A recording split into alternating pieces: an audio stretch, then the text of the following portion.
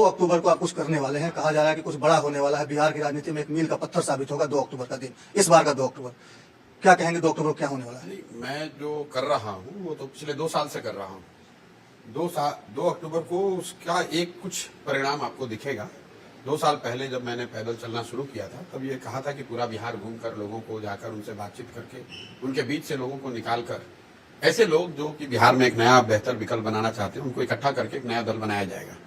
तो उसकी एक परिणति होने वाली है 2 तारीख को, जिसमें 1 करोड़ लोग बिहार के जन स्वराज के नाम से नया दल बनाने के लिए साथ में जुट रहे हैं।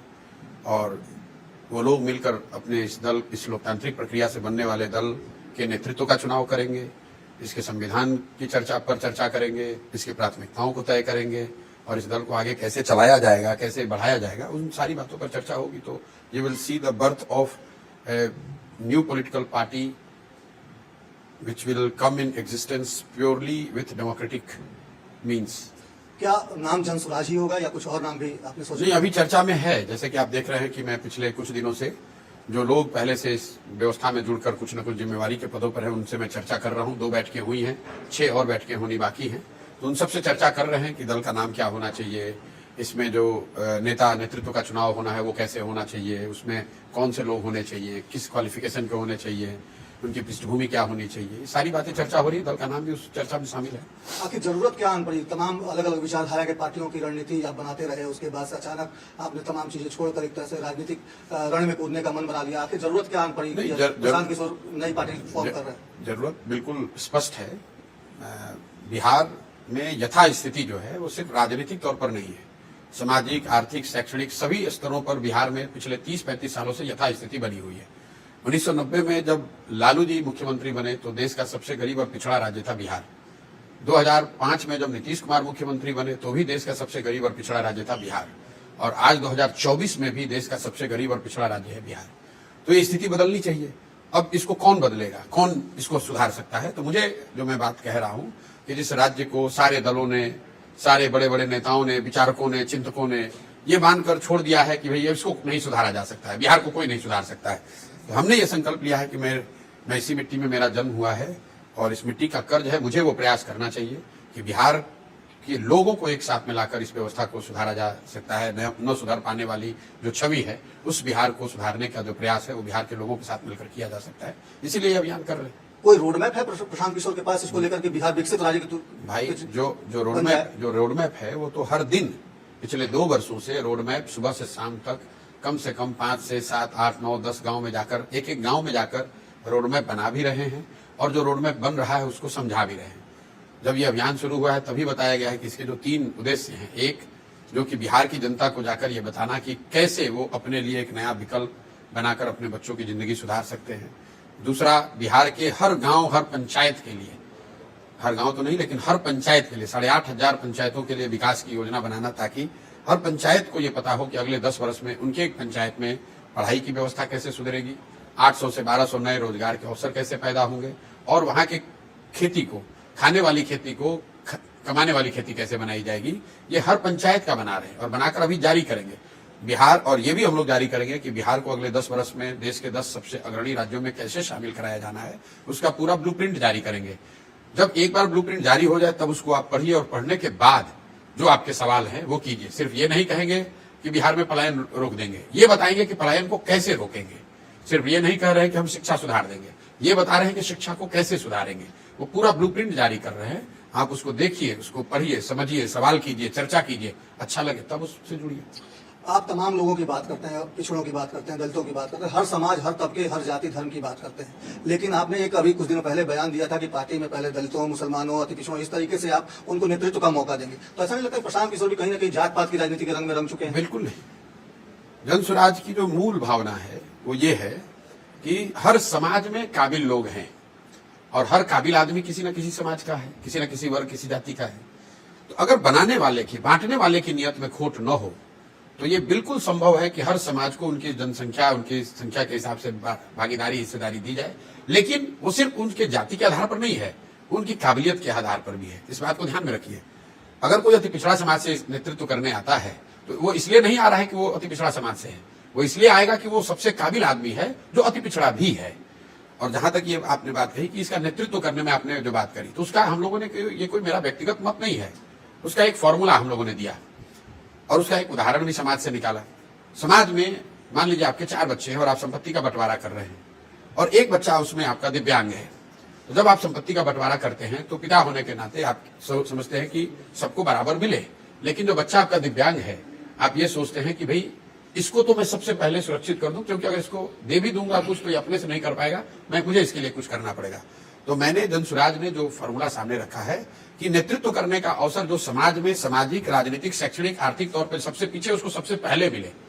यहाँ पर आज तक राजनीति क्या चली है, दलितों को लड़ाया, ओबीसी से ओबीसी को लड़ाया, ईबीसी से ईबीसी को लड़ाया, फॉरवर्ड से। हम दूसरी बात कर रहे हैं, हम ये कह रहे हैं कि आप समाज में आगे हैं, तो जो भाई पीछे छूट गया है इसको आगे लेकर चलने की जिम्मेवारी आपकी है। हम ये पीछे छूट गए लोग को ये नहीं कह रहे हैं कि जो आगे निकल गया उसको खींच के अपने बराबर में ले आओ या उसको उसके खिलाफ आंदोलन करो, उसको परेशान करो। हम जो आगे निकल गए लोग हैं उनको कह रहे हैं कि भाई अब ये आपकी हमारी जिम्मेवारी है कि जो भाई पीछे छूट गया उसको आगे बढ़ाएं। और पूरी सभागृह में ओपन डिस्कशन के बाद लोगों ने कहा कि भाई सामाजिक, शैक्षणिक, आर्थिक नजरिए से सबसे पिछड़ा दलित है, तो सबसे पहला नेतृत्व करने का अवसर दलित समाज के लोगों को मिलना चाहिए। दूसरा, अगर सबसे पिछड़ा समाज अति पिछड़ा है तो उनको मिलना चाहिए, उसके बाद मुसलमान है, उसके बाद ओबीसी है, उसके बाद सामान्य वर्ग के लोग हैं। इसी ऑर्डर में वो सिर्फ मिलना सबको है, ये जात पात की बात नहीं है कि सिर्फ दलित रहेगा कि अति पिछड़ा रहेगा, मिलना सबको है, बराबर नेतृत्व का अवसर मिलना है। ऑर्डर कैसे डिसाइड किया जाए कि कौन पहले आए कौन बाद में आए, उसके लिए सब्जेक्टिविटी को हटाने के लिए ये ऑब्जेक्टिव क्राइटेरिया बना दिया गया कि जो सामाजिक, राजनीतिक, आर्थिक, शैक्षणिक तौर पर सबसे पीछे छूटा समाज है उसको नेतृत्व करने का अवसर सबसे पहले मिले। उसी को लेकर एक नया विवाद चल रहा है, जो 65% आरक्षण बात था उसको जो सुप्रीम कोर्ट ने उसको स्टे लगाया, तेजस्वी यादव पिटीशन डालने जा रहे हैं। SC ST में क्रीमी लेयर की बात हो रही है, एनडीए के लोग ही चिराग पासवान वगैरह उसके खिलाफ पिटीशन डाल रहे हैं। आपको क्या लगता है दोनों मुद्दों पर? जनसुराज विचारधारा के आधार पर आरक्षण में सब क्लासिफिकेशन के पक्ष में है, वो सब क्लासिफिकेशन के पक्ष में हम लोग हैं, इसलिए कि जो ओबीसी वर्ग है, जो जिसको पिछड़ा कहते हैं, मैं पिछड़ा शब्द पसंद नहीं करता हूं, लेकिन ओबीसी जो वर्ग है उसमें सारी जातियों की स्थिति, सारे जाति समूहों की स्थिति समान एक जैसी नहीं है। उसमें कुछ लोग आगे भी हैं, कुछ बीच में हैं, कुछ पीछे छूट गए। तो सब क्लासिफिकेशन होना चाहिए। इसको लेकर देश के स्तर पर चर्चा चल रही है, 3-3, 4-4 कमेटियां बनी हैं, कई राज्यों में इसको लेकर आंदोलन चल रहा है। तो जनसुराज का वैचारिक मत यह है कि आरक्षण के अंदर सब क्लासिफिकेशन होना चाहिए। लेकिन चिराग पासवान कर रहे हैं आरक्षण तो छुआछूत के आधार पर दिया गया है, और अगर कोई बड़ा आदमी भी मंदिर जाता है तो मंदिर बुलवाया जाता है। मैं यहाँ पर किसी व्यक्ति विशेष के टिप्पणी और वक्तव्य पर टीका टिप्पणी नहीं करना चाहता हूँ। मैंने जनसुराज का स्टांस आपको बता दिया कि वैचारिक तौर पर जनसुराज आरक्षण में सब क्लासिफिकेशन के पक्ष में है।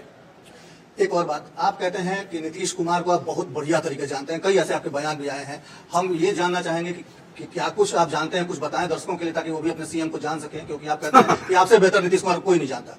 नहीं, ये तो बात मैंने राजनीतिक संदर्भ में कहा है और ये तो स्वाभाविक है, हम थोड़ी ना कर रहे हैं, तो लोग जानते हैं। प्रशांत किशोर एकमात्र व्यक्ति है जो नीतीश कुमार के साथ उनके घर में रहा है। बिल्कुल, जब उनका कैरियर डूब रहा था तो उनको वहां से उबारने में हमने कंधा लगाया है। उनसे मेरे व्यक्तिगत तौर पर बहुत अच्छे संबंध रहे हैं, तो थोड़ा बहुत तो जरूर उनको हम जानते हैं और किसी दूसरे के मुकाबले ज्यादा जानते हैं।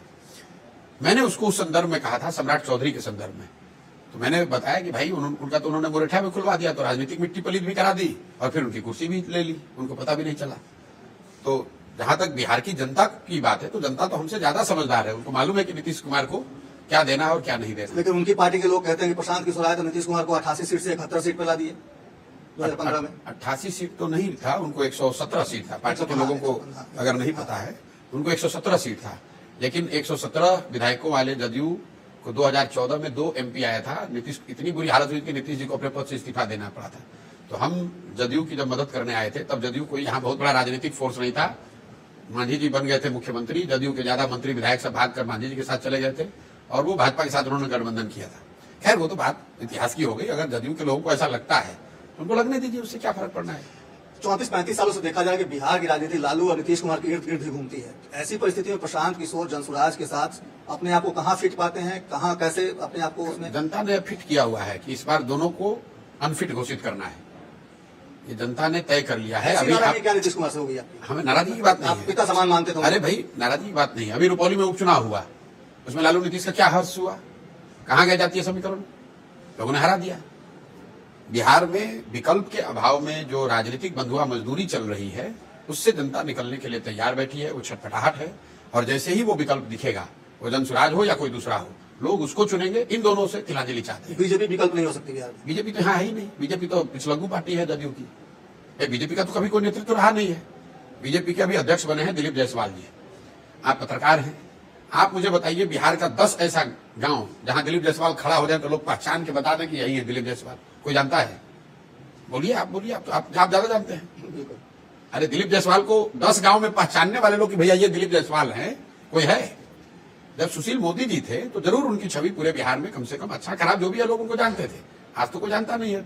आज के भाजपा के नेतृत्व को तो कस्बों में, जिलों में, प्रखंडों में लोग जानते हैं। राज्य के स्तर पर तो कोई इनको जानता नहीं है। आपने पीएम मोदी के साथ भी लंबे अर्से तक काम किया। क्या आप पीएम मोदी को नेता के तौर पे कैसा मानते हैं? आप क्या लगता है कि वो देश को 2047 में विकसित राज्य देश बनाने की बात करते हैं, उसमें विजन की बात करते हैं? वो बात उन्होंने देश के सामने रखी। देश की जनता ने उस पर अपना मैंडेट दे दिया है। जिसको जो जिम्मेवारी दी है वो कर रहे हैं। मेरा फोकस बिहार है। हम बिहार पर ही अभी फोकस करना चाहते हैं। न लोकसभा चुनाव में हमारी कोई भूमिका थी, न हम उसमें भूमिका चाहते हैं। हमारा जीवन का अगला कुछ वर्ष पूरी तौर पर इस पर है कि बिहार में एक नई व्यवस्था बने, बिहार में सुधार हो, बिहार से बच्चों के पलायन रुके। मैं उस पर फोकस करना चाहता हूं। देश में क्या होगा 2037 में, अगर मान लीजिए पूरा देश विकसित हो गया 2047 में, और बिहार सबसे पीछे रह गया, तो हम लोग को क्या फायदा हुआ उससे? भाई देश में पिछले 20 वर्ष में तो विकास हुआ है, हम लोग तो कहीं नहीं उसमें दिख रहे हैं। हम लोग के बच्चे पहले पंजाब जाते थे खेत काटने, अब गुजरात और बेंगलोर जा रहे हैं। पलायन तो उस समय भी हो रहा था, अभी भी हो रहा था। बिहार के बच्चों को तो कोई फर्क पड़ा नहीं। आप यात्रा पे हैं और तेजस्वी यादव 15 तारीख की यात्रा पे जा रहे हैं। कह रहे हैं कि अगली सरकार महागठबंधन की बनेगी, इंडिया ब्लॉक की बनेगी। चलिए, अब लालू जी के लड़के हैं, राजद के, लालू जी के की पार्टी है राजद, उसके नेता हैं, तो उस तौर पर जो कहते हैं वो उनको कहने का अधिकार है। चिराग पासवान को किस तरीके से देखते हैं आप? क्या वो बिहार की राजनीति में सक्रिय हो? मतलब उनका निवास- चिराग अच्छे व्यक्ति हैं, मेरे मित्र हैं, हमारी बातचीत होती रहती है। इससे ज्यादा उनकी राजनीतिक अपनी सोच है, अपनी यात्रा है, अपना काम करने का तरीका है। मेरा अपना अलग तरीका है। और वो केंद्र की राजनीति में हैं। ज्यादातर उनके दल के लोग, उनके पिताजी भी दिल्ली की राजनीति में ही रहे, और चिराग जी भी अभी दिल्ली की ही राजनीति में है। वहां पर केंद्रीय मंत्री हैं, वहां केंद्रीय मंत्री हैं। बिहार का कुछ हो, अच्छा हो उनके साथ, उनकी वजह से तो बढ़िया बात। अगर जनसुराज को डिसाइसिव सीटें आती हैं 2025 में, तो क्या आप किसी के साथ गठबंधन करेंगे? और गठबंधन करेंगे तो किसके साथ कर सकते हैं? या मेरे भाई, गठबंधन ऑलरेडी हो चुका है। बिहार के 1 करोड़ लोगों ने आपस में गठबंधन करके तय कर लिया कि अब ये नया दल बनाना है। तो किसी दूसरे से कितना आदमी से गठबंधन होगा? जब 1 करोड़ लोग गठबंधन कर लिया तो उसमें किसको हम? चुनावी नतीजे आने के बाद की बात। चुनावी नतीजे के बाद, अभी तो पार्टी बनने दीजिए, नतीजा आने दीजिए, उसके बाद देखा जाएगा। गठबंधन का कहाँ सवाल है? हमने हर दिन कहा है कि जो व्यवस्था हम लोग बना रहे हैं, इस पे हम लोग या तो अर्श पे है या फर्श पे है, बीच का कोई रास्ता नहीं। विशेष राज्य के दर्जे की मांग लगातार बिहार में उठती रही है। कहा जाता है कि मनमोहन सिंह सरकार ने 2011 में ही प्रावधान को खत्म कर दिया था। आपको क्या लगता है बिहार को विशेष राज्य का दर्जा मिल सकता है और स्पेशल पैकेज मिला है, इससे कुछ फायदा हो सकता है? मैं उन लोगों में से नहीं हूं जो ये समझता है कि विशेष राज्य के दर्जा मिलने से, दिल्ली के कृपा होने से हम लोग की दशा सुधरेगी। बिहार में पिछले साल 51,000 करोड़ रुपया हम लोगों ने सरेंडर किया है, क्योंकि हम लोग खर्च नहीं कर पाए। और हम लोग कह रहे और पैसा भेज दो। तो अगर और पैसा आएगा तो क्या उसको हम लोग खर्च कर पाएंगे? अगर और पैसा आएगा तो अभी यहाँ पर जो 30-40% करप्शन के भेंट चढ़ रहा है, क्या वो करप्शन बंद हो जाएगा? क्या शिक्षा में और पैसा आ जाए तो यहाँ के शिक्षकों की योग्यता ठीक हो जाएगी? क्या बच्चे पढ़ लिख जाएंगे उससे? वो विकास का एक पहलू है। जब आपका शरीर स्वस्थ नहीं है तो आपको कभी पानी चढ़ाना पड़ सकता है। डायरिया हो गया है तो पानी चढ़ाया जाएगा, लेकिन उससे आप स्ट्रांग थोड़ी ना हो जाएगा। स्ट्रांग तो आपको अपनी से होना पड़ेगा, ताकत तो आपको अपनी बनानी पड़ेगी। आप लगातार 2 साल से यात्रा में है, ये फंडिंग कहाँ से आती है आपकी? कहाँ से ये पार्टी? क्या आप कोई पॉलिटिकल पार्टी आपको सपोर्ट कर रही है? किसी ऐसा है, बड़े घराने से? ऐसा है मेरे भाई, कॉर्पोरेट जगत से पैसा आ रहा है? आप, हम लोग की सभ्यता में लोगों ने बताया है कि आपको पैसा कहाँ से आता है। सरस्वती से लक्ष्मी का निवास हो सकता है। जहां सरस्वती का निवास है वहां लक्ष्मी अपने आप आती है। तो हमने 10 वर्ष में अपने बुद्धि से, विवेक से, जो प्रयास से जिन लोगों की मदद की, जो लोग जीते, चुनाव जीते, या देश के बड़े बड़े मानिंद लोग जो समझते हैं, मेरे काम शैली को जानते हैं, मेरी क्षमता को जानते हैं, वो लोग से मैं जाकर हाथ फैला रहा हूँ और ये कह रहा हूँ कि बिहार में गरीब से गरीब आदमी भी, बालू माफिया है, शराब माफिया है, उससे लड़ना है, उसके लिए उसको साधन व्यवस्था चाहिए। बिहार सबसे गरीब राज्य है, वहां के लोगों को जगाने के लिए पैसा साधन चाहिए। पैसा दो, इसलिए कि तुम्हारी हमने मदद की है पहले, या आप हमारे काम को जानते हैं तो लोग मदद कर रहे हैं, उससे काम चल रहा है। बिहार की जनता आपकी तरफ विश्वास की नजर से देख रही है। लोगों का भारी हुजूम हम लोगों ने बापू सभागार में भी देखा। जहां जहां आप यात्राओं में जाते हैं वहां भी भीड़ हम लोग देखते हैं, लगातार खबरें भी आती हैं। क्या गारंटी है कि प्रशांत किशोर को अगले चुनाव में कोई 1000 करोड़ की डील दे तो वो ये काम छोड़कर फिर से राजनीतिक रणनीतिकार के तौर पर काम करना नहीं शुरू कर देंगे? किसको दम है बिहार में या बिहार के बाहर, किसके पास इतना पैसा है कि मेरा ईमान खरीद लेगा? जितने चुनाव हम जिताए हैं उतने चुनाव तो किसी ने जिताए नहीं है। तो अगर हमको पैसा कमाना होता तो जिन राज्यों में हमने चुनाव जिताया वहां बैठते पैसा कमाते। उसके लिए फिर हमको चुनाव लड़ाने की क्या जरूरत है? लोगों को ये बेसिक बात नहीं समझ में आती है कि चुनाव लड़ाने से आप ज्यादा पैसा कमाते हैं कि सरकार बनाने के बाद पैसा कमाते हैं। तो अगर पैसे में मेरी रुचि होती तो जहां सरकार बन गई है वहां पर बैठ के पैसा कमाते हैं। उसके लिए हमको चुनाव लड़वाने की क्या जरूरत है? भाई 6-7 राज्य में सरकार है, वहां से पैसा कमा रहे होते।